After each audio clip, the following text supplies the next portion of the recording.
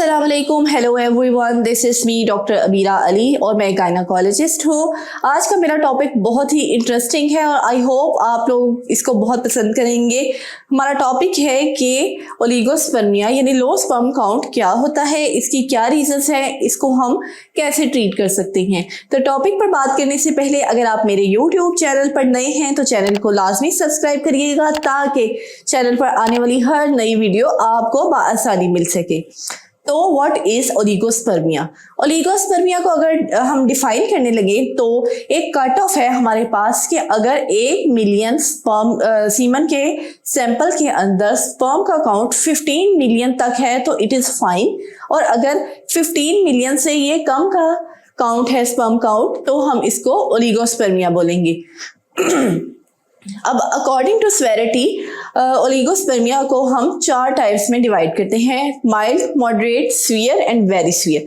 तो माइल्ड जो होती है फॉर्म वो क्या होती है, जब स्पर्म काउंट 15 मिलियन से कम होता है लेकिन 10 मिलियन तक का स्पर्म काउंट होता है तो हम कहते हैं कि ये माइल्ड ओलिगोस्पर्मिया है। और जब ये स्पर्म काउंट 10 मिलियन से कम होता है लेकिन 5 मिलियन पर ml तक का होता है तो हम इसको मॉडरेट कहते हैं। और जब ये 5 मिलियन पर ml से कम होता है लेकिन 1 मिलियन पर ml तक होता है तो हम इसको सीवियर बोलते हैं। और जब ये लेस देन 1 मिलियन पर ml होता है तो हम इसको वेरी सीवियर लेबल करते हैं।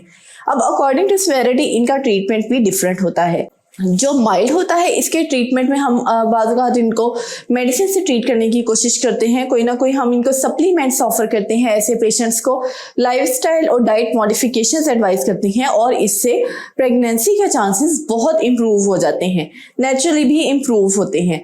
और इसके अलावा जो मॉडरेट है, मॉडरेट में हमें फिर कोई ना कोई फर्टिलिटी ट्रीटमेंट ऑफर करना पड़ता है और इसमें हम बेसिक फर्टिलिटी ट्रीटमेंट ऑफर करते हैं जो कि है IUI के बड़े अच्छे सक्सेस रेट होते हैं मॉडरेट ओलिगोस्पर्मिया के लिए। अच्छा, अब आ जाती है नेक्स्ट टाइप जो सीवियर ओलिगोस्पर्मिया है। अब सीवियर ओलिगोस्पर्मिया में हमें कुछ एडवांस्ड फर्टिलिटी ट्रीटमेंट ऑफर करना पड़ता है जो कि है IVF के भी अच्छे फर्टिलिटी सेंटर्स में बहुत अच्छे रिजल्ट्स हैं, इसलिए IVF भी सक्सेसफुल मानी जाती है। अब उसके बाद जो वेरी सीवियर है, वेरी सीवियर पे हमें थोड़ा सा मसला होता है क्योंकि वेरी सीवियर में स्पर्म काउंट बहुत ही ज्यादा लो होता है और स्पर्म को ढूंढने में काफी मसला होता है। लेकिन इसमें भी हम IVF की भी एडवांस फॉर्म यानी कि ICSI का ट्रीटमेंट कर सकते हैं, ट्राई कर सकते हैं और इससे भी हमें जो है वो कुछ ना कुछ रिजल्ट्स मिल सकते हैं। चांसेस होते हैं फिर भी 30 to 35% लोगों में प्रेगनेंसी के। तो ये इनका सिंपल सा ट्रीटमेंट था। लेकिन अब क्वेश्चन जो आप लोगों के माइंड में है कि ओलिगोस्पर्मिया की रीजन क्या है, तो हमें ये ओलिगोस्पर्मिया क्रोमोसोम्स की एबनॉर्मेलिटी की वजह से होता है, बाय बर्थ हो सकता है, जेनेटिकली उनमें ये पोटेंशियल कम होता है कि वो स्पर्म प्रोड्यूस कर सकें एडिक्वेट अमाउंट पे। जेनेटिक कॉज था जिसमें हम कुछ भी नहीं कर सकते, लेकिन कुछ ऐसे फैक्टर्स भी हैं जो मॉडिफाइबल हैं जिनको हम चेंज कर सकते हैं। अच्छा, उनमें टॉप पे आ जाता है एनवायरमेंटल टॉक्सिन्स के साथ आपका एक्सपोजर। हम ऐसे एनवायरनमेंट में रह रहे होते हैं जिसमें हमारा एक्सपोजर हैवी मेटल्स के साथ होता है, लेड, आर्सेनिक और कैडमियम के साथ हो सकता है, या फिर हमारा जो वर्क है वो इस तरह की नेचर का हो सकता है कि उसमें पेस्टिसाइड्स का एक्सपोजर हो सकता है। लाइक आप अगर फील्ड वर्कर हैं तो आपको पेस्टिसाइड्स का काम करना पड़ सकता है, या हो सकता है कि अगर आपको गार्डनिंग का शौक है और आप गार्डनिंग में भी पेस्टिसाइड्स यूज कर रहे हैं तो भी ये आपके स्पर्म की प्रोडक्शन को डिस्टर्ब कर सकते। इसके अलावा अगर आपका फील्ड ऐसा है कि आपका रेडिएशन से एक्सपोजर है तो भी आपका स्पर्म काउंट डिस्टर्ब हो सकता है। एक टॉक्सिन है बाइफिनोल ए यानी कि BPA बहुत ही टॉक्सिक है, प्लास्टिक से रिलीज होता है।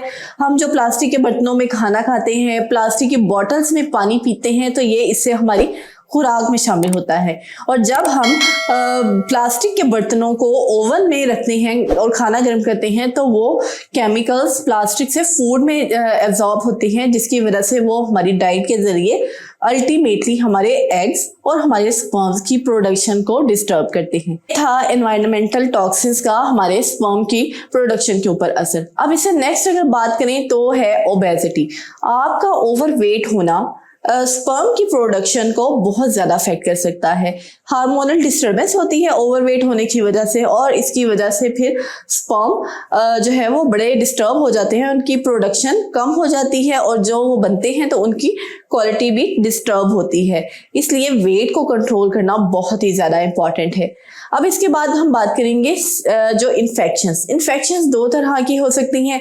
इनमें एक तो है कि सेक्सुअली ट्रांसमिटेड इन्फेक्शंस, और ये भी स्पर्म की क्वालिटी को और प्रोडक्शन को अफेक्ट करती हैं। इसके अलावा कुछ वायरल इन्फेक्शंस और हाई ग्रेड फीवर होता है, तो उसकी वजह से भी स्पर्म की प्रोडक्शन अफेक्ट होती है और बड़े लंबे अरसे तक अफेक्ट रह सकती है। वायरल इन्फेक्शन से रिकवर करने का जो दौरानिया होता है वो काफ़ी ज़्यादा होता है, काफ़ी टाइम लग जाता है इंसान को वायरल इन्फेक्शन से रिकवर करने में। और वैसे भी स्पर्म का जो टाइम ड्यूरेशन होता है वो तकरीबन ये होता है कि 3 मंथ्स के बाद स्पर्म से दोबारा प्रोड्यूस होना होता है, तो ये इतना टाइम लग जाता है इन्फेक्शन से और इस प्रोसेस को रिकवर करते हुए। इसके बाद हम बात करेंगे जो आपका लाइफस्टाइल है। बाज़ औक़ात हम ऐसी कुछ प्रैक्टिसेस कर रहे हुए होते हैं अपनी रूटीन लाइफ में जो कि हमारी स्पर्म की प्रोडक्शन को डिस्टर्ब करती हैं। अगर आपका काम है कि आप ऐसा आपकी जॉब है कि ज़्यादा देर आपको बैठना पड़ता है, जिसकी वजह से आपकी टेस्टिस पे मतलब ज़्यादा प्रेशर पड़ता है, या टेस्टिकुलर एरिया की जो हीट है वो ज़्यादा हो जाती है, तो इस वजह से भी स्पर्म की प्रोडक्शन कम होती है। लाइक अगर आप हॉट बाथ्स लेते हैं, सौना बाथ्स लेते हैं, या फिर आप की जॉब ऐसी है, ट्रक ड्राइवर की जॉब है, या लॉन्ग ड्राइव आपको करनी पड़ती है काफ़ी देर के लिए, तो भी ये मसला हो सकता है। इसके अलावा टाइट अंडरवेयर्स पहनने से भी ये प्रॉब्लम हो सकती है। और बाज़ औक़ात ऐसे होता है कि वेरिकोसील बन जाती है आपको। वेरिकोसील क्या होती है? टेस्टिकुलर एरिया में वेरिकोस वेन बन जाती हैं, जिसकी वजह से जो टेस्टिकुलर एरिया है वहाँ हीट प्रोडक्शन ज़्यादा हो जाती है और फिर नतीजतन जो स्पर्म की प्रोडक्शन है वो कम होने लगती है। तो आपने अपने इस एनवायरनमेंट में भी मतलब इस तरह की जो प्रैक्टिसेस हैं उनमें भी चेंज लेकर आना है। अब मैं बात करूंगी कि आपकी डाइट की। अब आपकी डाइट में बहुत सी ऐसी चीज़ें शामिल हो सकती हैं जो कि स्पर्म की प्रोडक्शन को कम करती हैं। लाइक अगर आप बैड फैट्स ले रहे हैं और आपकी जो डाइट है उसमें प्रोसेस्ड फूड ज़्यादा है, तो उसमें क्या होता है कि उसमें फ्री रेडिकल्स मौजूद होते हैं जो कि टेस्टिस को और स्पर्म के जो बनने के प्रोसीजर को अफेक्ट कर सकते हैं। तो आपने अपने स्पर्म काउंट को बेहतर करने के लिए क्या करना है? नंबर 1 चीज़ जो आप कर सकते हैं वो तो यही है कि आपने एनवायरनमेंटल टॉक्सिन से बचना है।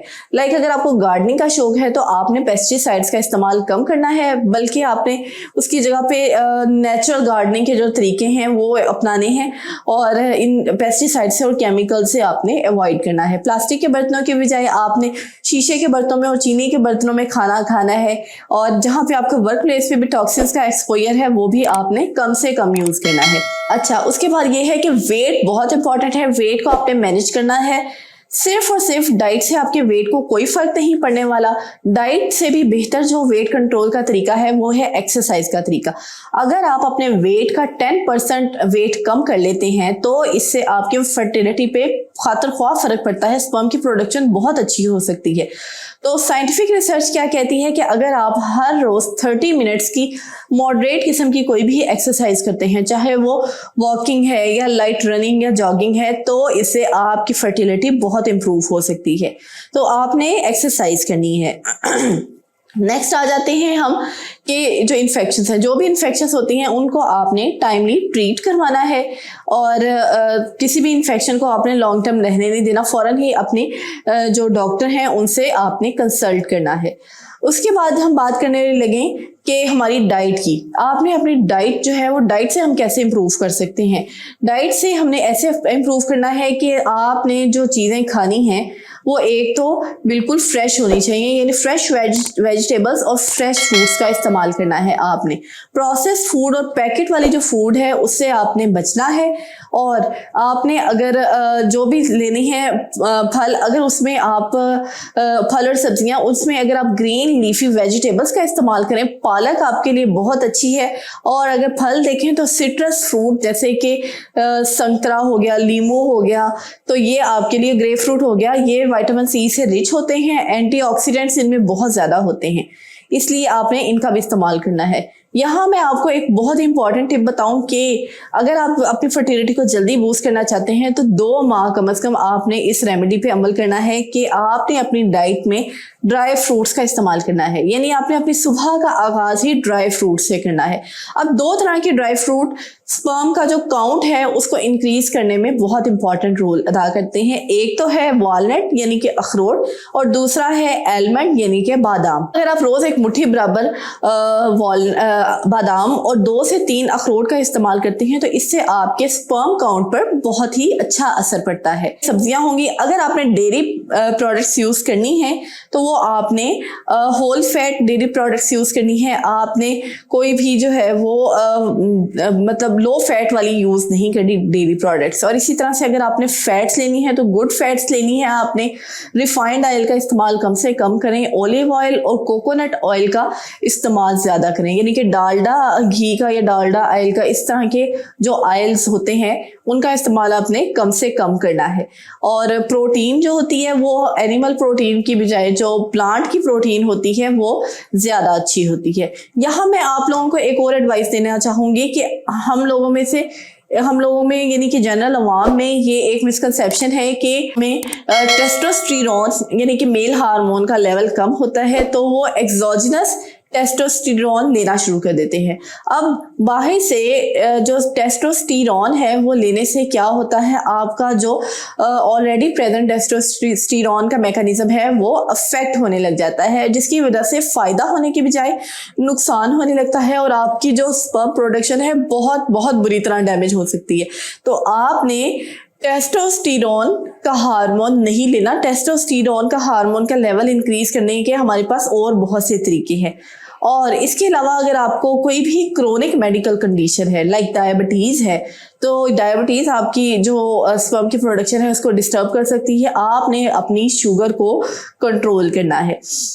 बाज़ औक़ात हम कुछ ऐसी मेडिसिन यूज कर रहे होते हैं जिसकी वजह से स्पर्म का काउंट डिस्टर्ब हो सकता है, लाइक फिनेस्ट्राइड यूज कर रहे होते हैं या फिर हम एंटीसाइकोटिक और एंटी डिप्रेसेंट्स यूज कर रहे होते हैं। अब एंटीसाइकोटिक से जहाँ पे इरेक्टाइल डिसफंक्शन होती है वहाँ पे स्पर्म काउंट भी बड़ा ख़राब होता है, तो इन मेडिकेशंस को भी आपने डॉक्टर की एडवाइस से कम करने की कोशिश करनी है अगर आपको अपने स्पर्म का काउंट इंक्रीज करवाना है। अगर आप स्मोकिंग और अल्कोहल के एडिक्ट हैं तो इसको आपने कट डाउन करना है। कोशिश करें आहिस्ता आहिस्ता इस आदत से आप अपनी जान छुड़वाएं, क्योंकि ये आपको बहुत ज़्यादा अफेक्ट करेगी। और इसी तरह से अगर आपको रेक्रिएशनल ड्रग्स की हैबिचुएशन है तो वो भी आपने उससे भी अवॉइड करना है। और लाइक ये मैरिजुआना बहुत ज़्यादा आपकी फर्टिलिटी को अफेक्ट कर सकती है।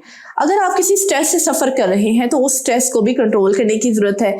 स्ट्रेस बहुत ही बुरी तरह से स्पर्म को डिस्टर्ब करता है, इसलिए आपने जो स्ट्रेस है उससे बचना है। और स्ट्रेस से बचने का एक बड़ा ही इफेक्टिव रेमेडी है मेडिटेशन। मेडिटेशन का मतलब ये है कि आपने एक लंबा गहरा सांस लेके अपने आप को बिल्कुल रिलैक्स छोड़ना है और अपनी तसव्वुर में, इमेजिनेशन में एक बहुत ही अच्छा सीन लेकर आना है जहाँ पर आप चाहते हैं कि आपको वहां पर होना चाहिए। आपने अपने आप को अपनी हकीकी दुनिया से ख्यालों में उधर लेकर जाना है और वहां पे आपने खुद को पुरसुकून फील करवाना है।